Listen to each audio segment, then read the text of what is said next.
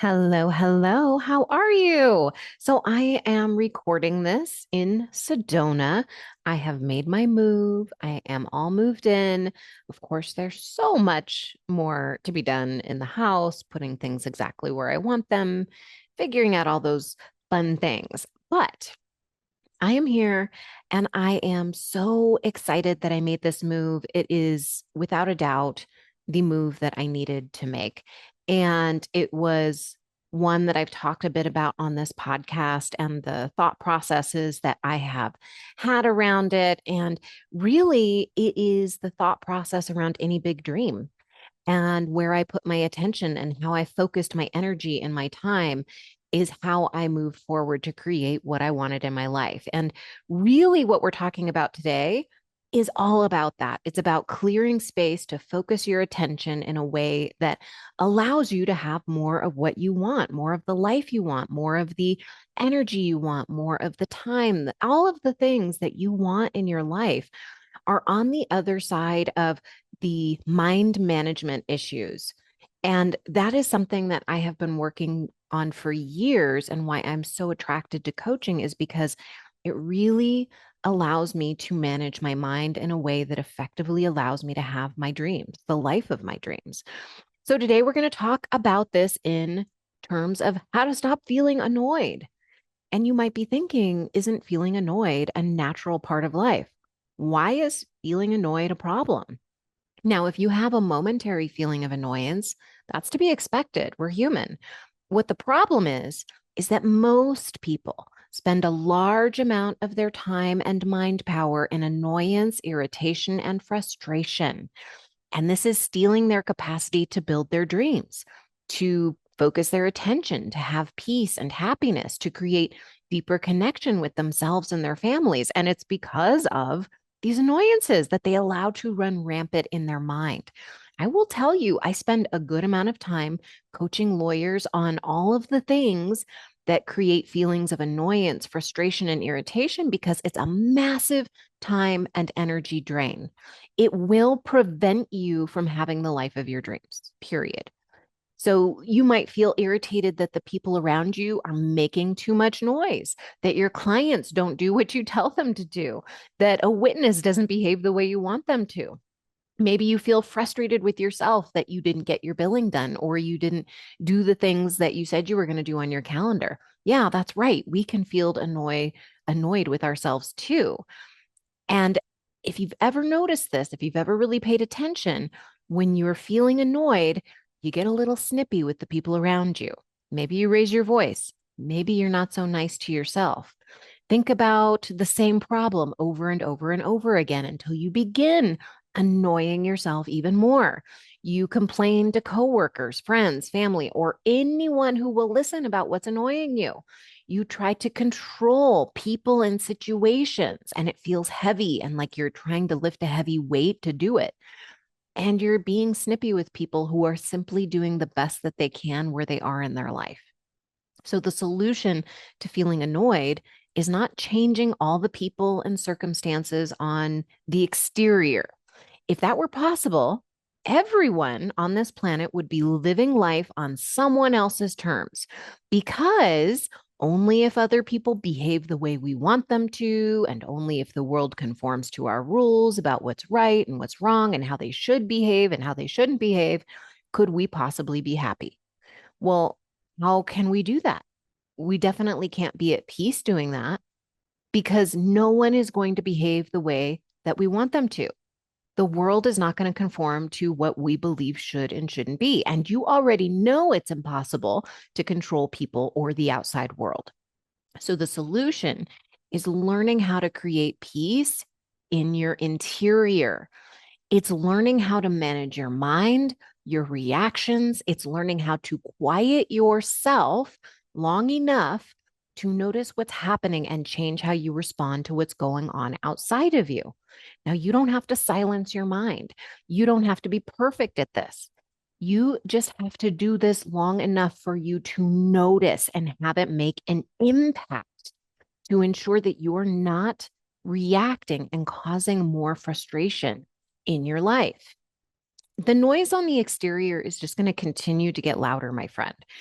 If you have desires outside of the law, like building a new business, writing a book, becoming an artist, or doing anything else with your life, you likely consume a lot of information. I know I did when I was first starting my new business because I wanted to figure everything out and I didn't have any starting points.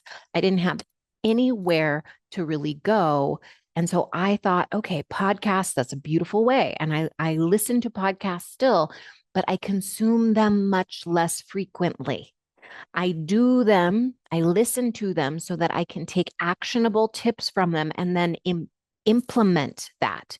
So, a good rule of thumb is if you're listening to podcasts, sure, listen to them 20% of the time, but then take action on what you're learning 80% of the time. Take action on it. I'm going to give you an action item at the end of this episode, but this is what you can do with everything that you consume. If you're just consuming for consuming's sake, it's just noise in your brain. And the reason I'm mentioning this is because irritation is just noise in your brain. It's taking up valuable space, it's taking up valuable time and energy. And you need that if you want to move forward on your dreams. If you consume social media and news programs, there's going to be AI generated content. There already is, and it's going to fill social media and TV streams. The news, which is already so deft at manipulating headlines to grab our attention and to create fear and worry and anxiety, well, they're going to get even more brazen to try to get people's attention because they got to have eyeballs on the news in order to get people to pay for commercials. So the key in the future is going to be discernment, knowing what to pay attention to and what to ignore, knowing what pertains to you and what does not pertain to you. Discernment about where you place your attention relies on quieting that internal voice, quieting your internal self. This is important, right? That way you can know the most important work to be done, the most important decisions to make.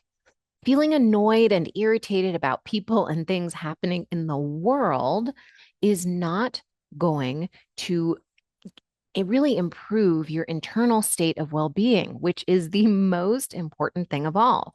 Your well being allows you to be better at your work, be a better human being, be more compassionate, be more confident, be more loving in your family. Your internal well being is everything. Not only that, but it is going to impact your health. It's one of the keys, or one of the keys to maintaining it is letting go of your annoyances. I have a dog next to me right now who is rubbing up against the carpet and he's losing his mind. It is it's one of those things that I could either be really irritated about or I can laugh at it and just say, oh my gosh, the dog knows how to have a good time. He's just laying on the floor, rolling around. And he doesn't mind that I'm doing a podcast. He's just being him. He's just enjoying his life. So I could either be really annoyed because he's making all of this noise during my podcast episode, or I could say, hey, you know what? I think the people listening to this are going to get the idea whether or not my dog is making noise or not in the background.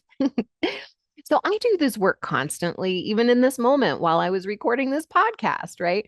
And just before I sat down to write this podcast, I could feel irritation rising up in my body because there was just so much noise in my house. I mean, I just moved here and I'm not completely settled in. So in addition to, noise from, machine, like I had a washing machine going, someone was washing dishes, there was a water machine that was working. And I'm just like, oh my gosh, there's just so much noise here. And I need to sit down and I need to write this episode. And it was really important to me. I had some outlined notes, but I needed to put it together. But I could feel all of this irritation rising and I couldn't just sit down to write it. My mind couldn't get quiet enough to do it. And maybe you've experienced this too while you're sitting at your desk. You're looking around and you're seeing all these files and you can feel the frustration or the annoyance rising, or, somebody walks in the door or either phone rings or you look up at your email and all your emails are piling up and you can just feel this irritation and frustration rising up. Yeah, feeling that initially is normal, but what the next step is to maintain your internal peace is to manage your mind. to begin noticing what's going on and recognizing, oh, wait a minute, I'm responsible for my internal peace because email, that is not going to change. I can't change how that works. You know what? I can't change my dog. I can't change what's going on around me oftentimes. I might be able to turn off some things that are making noise, but I can't change people who are making noise. I don't want to go around yelling at people, trying to control them, which I know so many people end up doing. And it's especially prevalent in their families, where you go up to a family member and you're like, will you just do this thing? I just need you to do this thing. And all that's happened is you've become so irritated and you've stopped managing yourself internally so that you're claiming your emotional adulthood. Because when you claim your emotions for yourself, when you are taking responsibility for your emotions and you're not making other people responsible for how you feel and how you behave, you step into emotional adulthood. When you're not saying, oh, it's my spouse who's annoying me because my spouse isn't doing what I want them to do, or it's my client who's annoying me. They're the reason I'm having this problem. It's because they won't do what I'm telling them to do. Then you are abdicating all of your power to them. You've decided you no longer want to be responsible for your own thoughts and feelings, and you're giving all of that away. And I see it so often with lawyers, with people generally, but this is what I see and coach on all the time, and I do it with myself. So just before I sat down to write my podcast, all this noise was happening, and I put on my headphones and I took some deep breaths. I sat down. I just was like, okay, this is the way it is. Let's take some breaths. I allowed myself to feel irritated, but know that I wasn't going to let it change my plan for this morning.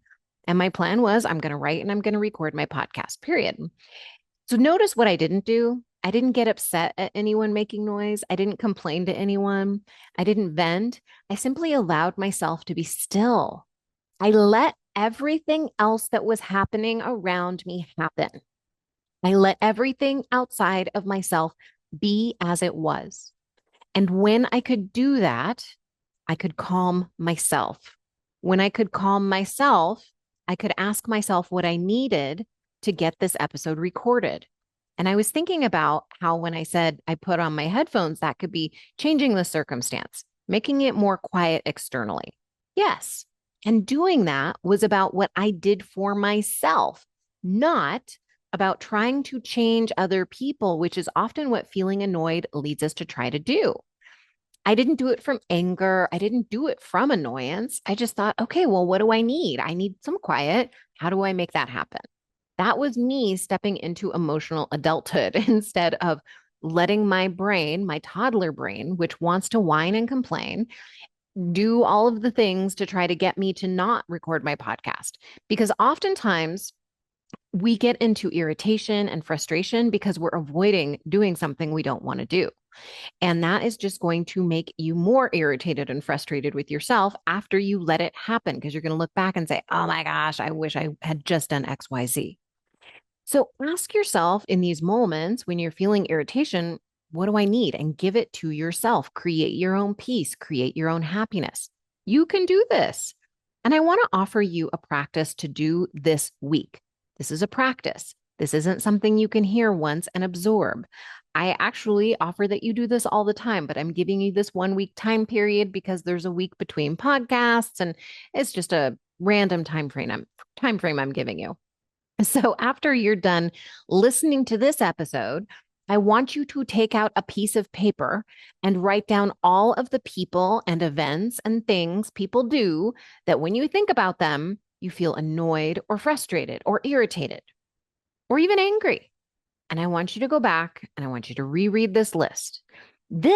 All of these things you've written down is what you're allowing to steal your time, your peace, and your dreams, to steal all of the energy and the space that you need in order to fuel what you want to create with your life.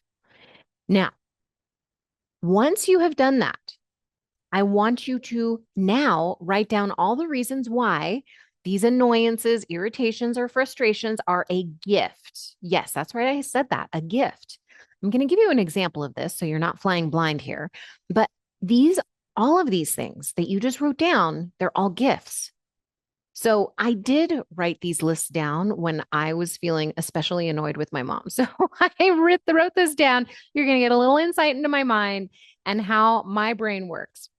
So there's three questions you're going to ask yourself. One is, what are all the things that annoy me or irritate me? Write all those down. The second question you're going to ask yourself is why is each of these things that I'm experiencing a gift?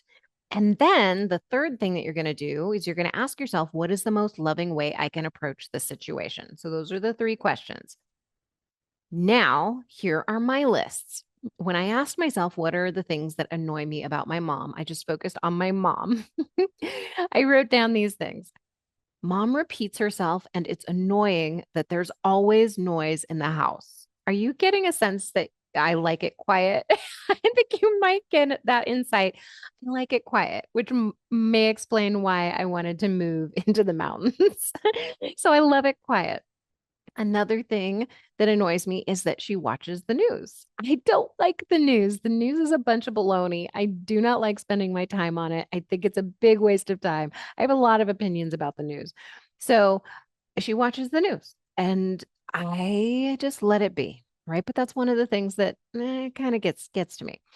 And then another thing that annoys me is that she constantly talks when she's doing things. It's like she's narrating, right? I think that's like the first thing that I said. You can see it's like something that is repeats itself and I notice it. And then another thing is that she tells me things that I don't need to know. So for example, she will tell me that she's going to make salad dressing and that she's going to put the salad dressing in a container. I'm like, I don't need to know any of this. It's like, it's all of this excess noise and it's nothing that I need to hear. I don't need to have this extra bit of detail in my mind. I don't want it. But these are the things. And I told you I would be honest and I would read this list to you. So I wrote these things down, and these are all of the things that really irritate me. Now, I went through and I said, okay, well, why are these things a gift? Well, first, I'm learning to manage my mind around distractions. I'm learning how to step into emotional adulthood around these distractions and take responsibility for my own feelings, right? To refocus myself, to regroup, give myself what I need so I can get things done. And then the next reason this is a gift is that I'm taking responsibility for my peace and I'm giving myself all of the things like headphones that I need so that I can get things done. The third reason that this is a gift is that I learn how to communicate my needs. An example of this is in the mornings, I really like to be in my own thoughts. I like to be still and quiet. And I have my own routine for doing this. So when my mom, makes noise or she happens to wake up, at the same time and she wants to talk to me because she is ready to talk immediately. I am not. She, I have talked to her and I said, hey, for me, morning times are my peace times. This is how I really set myself up in my day. And I would really like quiet in the morning. And it doesn't mean that she's going to change, but what I say is I said, so if I don't talk to you in the morning, or instead of saying hi, I wave at you, it's because I'm not ready to talk yet. Like I'm not ready to even step into that yet. Doesn't mean I don't love you. It just means I'm not ready to be verbal at that time of morning. And so she understands this completely. And, I'm still so loving to her, but it took practice on my part to really be understanding and that I take responsibility for how I feel and what I need. And so that's one way that I take responsibility is by communicating my needs. And I also learn how to discern whether a boundary would be helpful and how to implement that boundary. So, for example, I might tell her, I may not respond to you when you ask me questions when I'm in this quiet time. I love you and I want to have quiet time too. And this is how I need to balance this out. And so she hears that and she's okay. All right. She didn't understand it at first, but she understands it now. And sometimes she still talks to me and I just say, hey, I'm not ready to talk. But I don't do it out of anger. I just know that this is what I need. And I just say, hey, I just need some quiet time right now. I'm also looking at this as a gift because I get to be grateful that I have her here now. And I'm going to miss all these little things when we're no longer on this planet together, right? Like she, narrating what she's doing and telling me things, it's not going to be there anymore. She's not going to be there anymore. And so it's a total gift that she is here in my life. And I am very fortunate that she is. And then the third question that I asked in relation to my mom is what is the most loving way I can approach each of these situations? So it's going to change from moment to moment, but as long as I'm present with myself and as long as I recognize if I'm feeling irritated to calm myself first before I respond, then I can say, oh, okay, then it becomes really easy because you've practiced this over and over again, right? Not just this week, but you practice it over and over again. And then it becomes a lot easier to respond.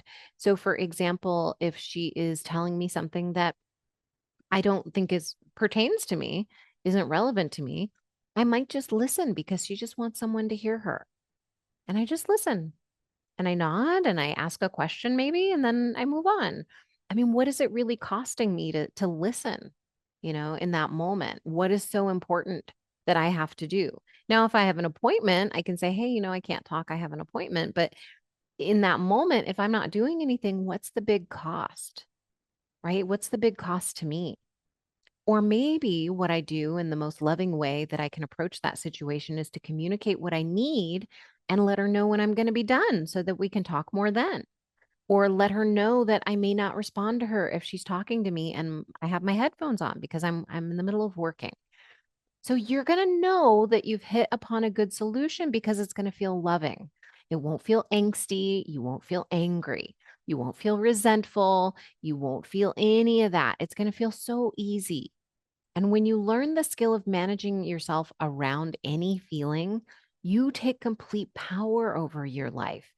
You step into taking full responsibility for the results you create in your life. You step into being a powerful creator.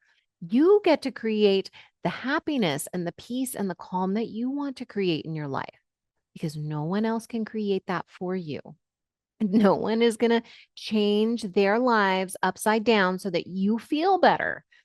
And honestly, I have been in that boat where I wanted everybody to conform to the way that I wanted things and it was really a hard life. I was angry a lot of the time. I was irritated a lot of the time. My well being was depleted. And I know that this is something that so many of you listening struggle with because I talk to you and, I talk to you in strategy sessions and I talk to you in coaching calls, whether you're in timepiece or whether you are a one on one client. And I know this is impacting you and it's preventing you from having the space, the time, and the energy that you need to pursue the life you want. So, if you want to learn the skills to master yourself so you can create the life, the peace, the happiness that you crave and that you deserve, let's face it, we all deserve that.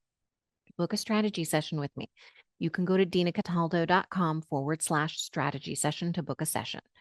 It's completely complimentary and it's my opportunity to really get to connect with you and you to connect with me so we get to know each other. And that is really going to, once you get to know me, you're going to know, oh, yeah, this is the direction I need to go, or oh, no, this is not the direction I need to go.